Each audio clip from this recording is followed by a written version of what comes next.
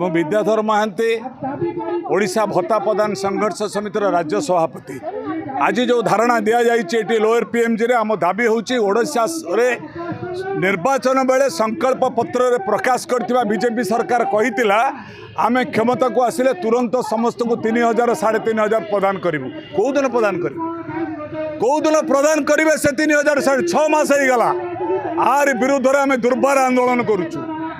Are विरुद्ध रे बसिला एठी सरकार कहउचंती आमे विधानसभा 7200 कोटी टका अटकल करूछु। का पई कौ दिन देबे कौ दिन लड़ाई देबे ये लड़ाई पाई आमे आरंभ करूछु। आमे आशा करूछु आगामी दिन में सरकार नुआ वर्ष रे जदि भत्ता बुद्धि न करती समस्त एमएलए विधायक माने अटक रहिबे। कहीं एई माने कहिथिले भोट दब फूल रे 5 वर्ष रहिबो भल रे आमे भल रहचु कि भेल रहचु।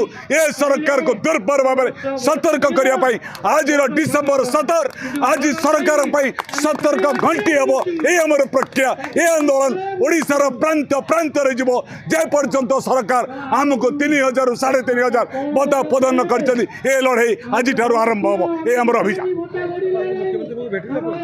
मुख्यमंत्री नहांती आमर विभाग सचिव आपड़े जाइए विष्णुपदा सेठी सीबीआई गोड़े सी भी ना आडिशनल सेक्रेटरी की नहीं आसलु।